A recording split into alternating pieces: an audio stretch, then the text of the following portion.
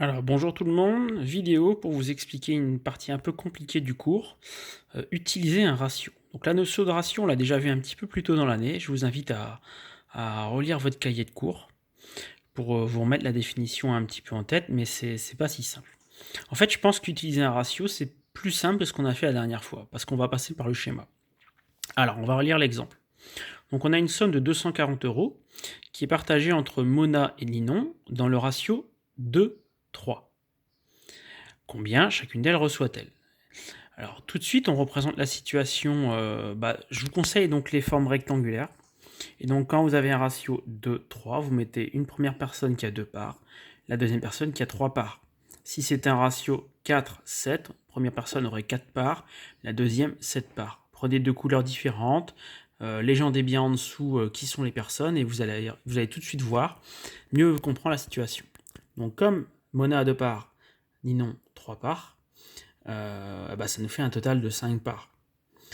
On peut dire que les deux filles, déjà, ne reçoivent pas autant l'une que l'autre. On voit bien que Ninon a plus que Mona. Les 240 euros sont donc partagés en 1, 2, 3, 4, 5 parts égales. Mona reçoit 2 parts et Ninon reçoit 3 parts. Si je prends la somme d'argent que reçoit Mona et que je la divise en deux, j'obtiens un rectangle.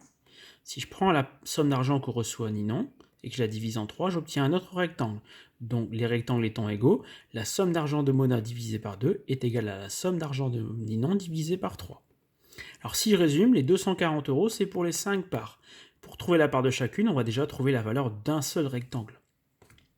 Donc on prend les 240 euros, on divise par 5, ça fait 48 euros. Donc un rectangle, une part, ça fait 48 euros.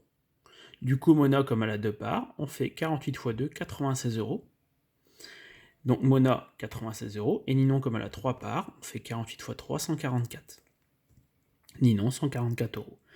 Vous pouvez vérifier que la somme d'argent de Mona, les 96 euros divisé par 2, et la somme d'argent de Ninon, les 144 euros divisé par 3, on a bien 96 divisé par 2 qui fait 48, 144 divisé par 3 qui fait 48, donc il n'y a pas de problème, ça marche bien.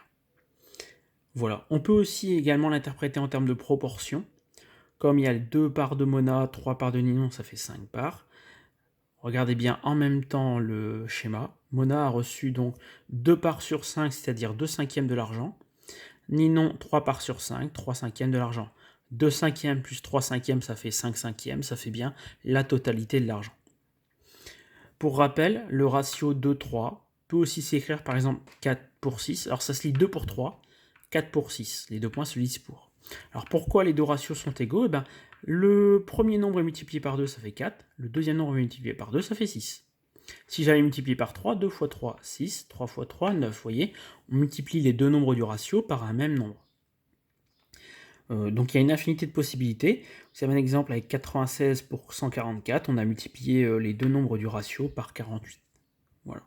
Donc mon conseil perso, toujours prendre un brouillon, servez-vous de feuilles quadrillées, faites des schémas, mettez des couleurs. Voilà, n'hésitez pas à vous servir de la calculatrice. C'est vraiment une méthode qui marche bien de passer par le schéma.